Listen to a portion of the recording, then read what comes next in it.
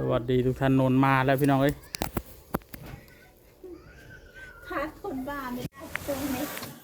นนมาแล้วรถไม่มีก็พากันเดินมาทุกท่านโทมาแล้วพี่น้องเอ้ยมิวนิกกับยายนนพากันเดินมาปกติจะขี่ซาเล้งคุณนะอ๋อโทรถบ่มีก็พากันย่างมาได้เดี๋ยวนี้พี่น้องเอ้ยบ้านเพิ่นอยู่ติดกับบ้านตานิดนั่นแหละก็เดินมาไกลอยู่พอสมควรแดดก็ร้อนพากันย่างมาบัดนี้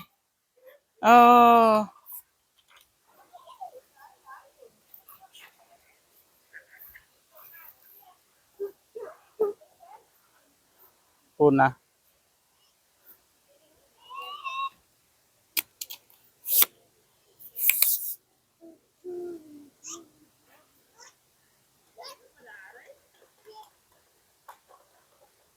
โตขึ้นได้ย่างมามื้อนี้นะฮะโตขึ้นได้ย่างมามันสายไฟน่ะโตคือบ่เบิ่งแน่ไปโอ้ทุบสตีนเฮาอีกหมอนี่กันคือบ่ไปโรงเรียนกันบ่สบายเป็นหยังเด็กน้อยตันมาพี่โตนะเป็นพนักอุ้มแน่มานะ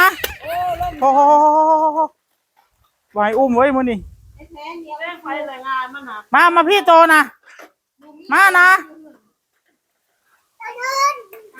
พูดนะมานะเชิญการพ่อบ่อ๋อพ่อเก็บไว้จนไปเลยอันนี้คือทุรสตันใส่มาพี่โตนะคุณเด้อยู่หั่นแหละอันนี้เด็กน้อยมาเลยพี่น้อยนี่แล้วใส่ผงชูรสในเลือดน้ำตาลมันซื้อมากมื้อหั่นเด้ไม่ใช่เหรอแถวอยู่พวกนี้เลยให้เราปูแค่นั้นแหละแค่นั้นว่าปูนั่นเลยบายกิจบาทกันเบิ่งพุ่นน่ะนกยักษ์พุ่นน่ะเห็นบ่น่ะนั่นน่ะพุ่นน่ะนกใหญ่พุ่นน่ะโตขึ้นได้ย่างมากมื้อนี้นะฮะโอ้ยโตขึ้นได้ย่างมาเฮ้ยมันสิล้นแล้วมันสิล้นแล้ว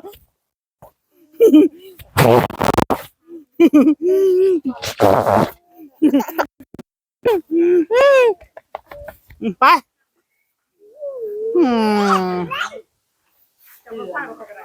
น้ำแดงยางนี่เลยน้ำแดงยายได้ยายจะฆ่าเมื่อกันเนี่ยน่ะได้ก่อนนะน้ำ